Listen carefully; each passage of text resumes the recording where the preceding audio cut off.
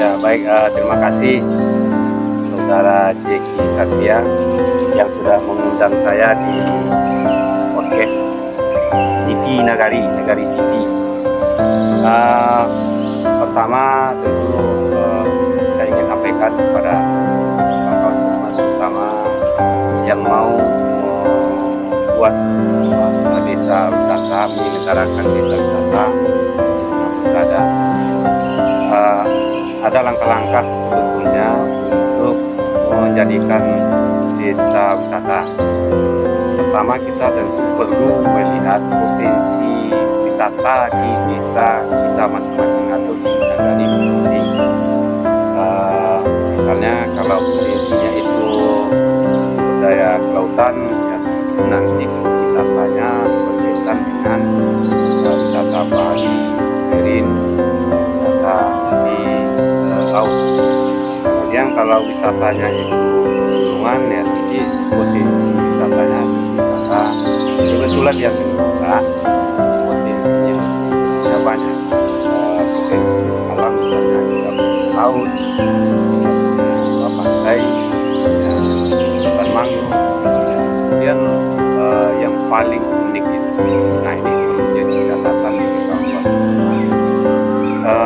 harus ada nilai unik dari wisata kita. Yang kedua, pantai kita itulah tempat mendarat penyu. Itu menjadi salah satu daya tarik wisata di Barat selain alamnya. Kemudian juga kita perlu mempertimbangkan daya tarik budaya seni, dan ini juga perlu dikelola sebaik mungkin. Setelah kita lakukan inventarisir di para potensi daya tarik wisata itu, baru kita perlu memikirkan ada kelembagaan. Karena tanpa lembaga tidak mungkin wisata bisa berkembang, desa wisata bisa berkembang. Lembaga desa wisata dari jenis yang kita baca, jenis desa wisata ada 3 minimal. Pertama, BUMNAK atau BUMDes bisa sebagai lembaga pengelola desa wisata. Kemudian kelompok sadar wisata, dan juga ada koperasi wisata. Cuma di tempat kita yang paling sering atau yang populer digunakan itu adalah kelompok sadar wisata. Yang kedua, kelompok sadar wisatanya bernama Laskar Pemuda Lingkungan.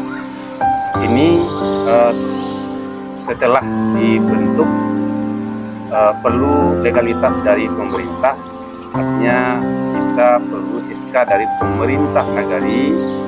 Dari SK pemerintah nagari nanti kita ajukan ke pemerintah kabupaten SK pengukuhan dari Kepala Dinas Pariwisata Provinsi Selatan. Nah, sampai di situ berarti kelembagaan kita sudah ada. Di lembaga itu tentu ada struktur, ada ketua, sekretaris, bendahara, kemudian ada divisi-divisi atau bidang. Nah, itu menyesuaikan dengan potensi wisata di desa wisatanya. Lalu kemudian karena kita punya lembaga, tentu ada sekretariat. Nah, ini penting karena di banyak tempat kita lihat kawan-kawan masih kurang memperhatikan sekretariat atau kantor notarisnya. Jadi di antara belum lembaganya menggunakan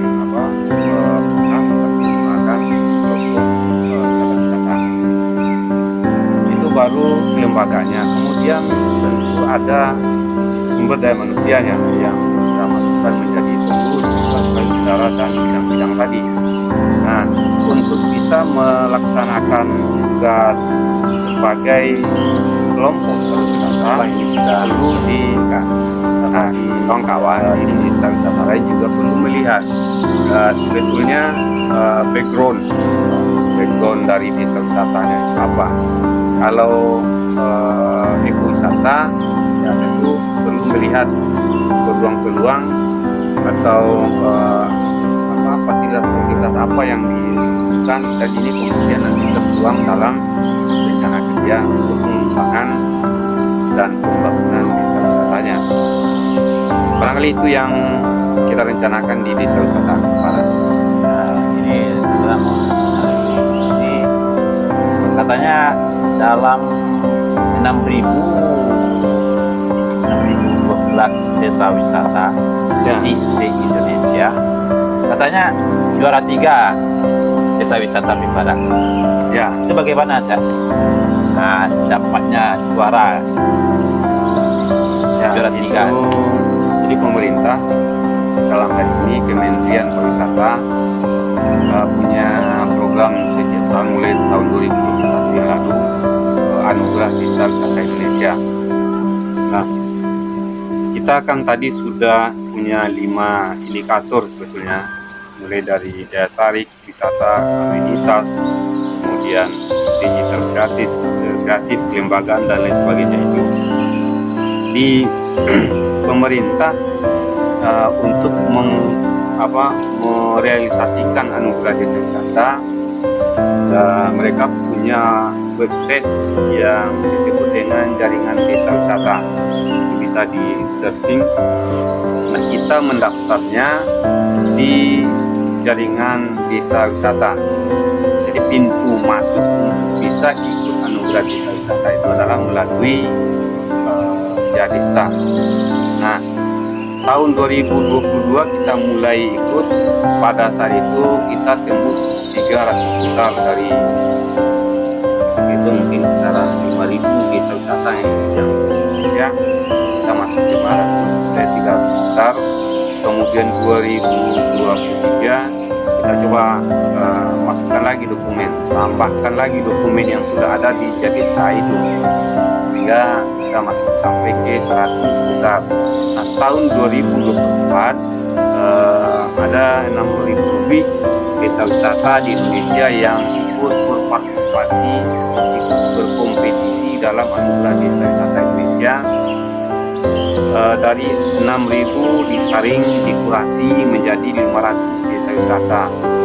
Kita masuk di 500, kemudian dikurasi lagi, disaring lagi, masuk menjadi 300 besar desa wisata. Kemudian disaring lagi, masuk 300 lalu 100 besar, dan terakhir saringan terakhirnya itu adalah 50 besar. Kita ambil para untuk 50 besar desa wisata. Nah, ketika sudah masuk 50 besar, ya sebetulnya kita sudah juara sebetulnya. Nah, cuma memang perlu tinjauan lapangan oleh pihak Kementerian Pariwisata, dan kita persiapkan secara matang penilaian yang dilakukan oleh tim juri, kemudian termasuk visitasi Kementerian Pariwisata. Akhirnya setelah dilakukan visitasi, dilakukan penjurian, samping para diumumkan di Jakarta di TMI ketika itu, dan dapat juara 3 di kategori resiliensi anugerah desa wisata Indonesia. Barangkali itu upaya yang dilakukan oleh pengelola desa wisata dengan pemerintah Nagari Ampit Parah hingga masuk ke jadi juara 3 desa wisata. Ya. Oke. Assalamualaikum untuk sana yang telah bergabung di TV Nagari. Mohon maaf kita tutup dulu acara kita. Mohon maaf lagi.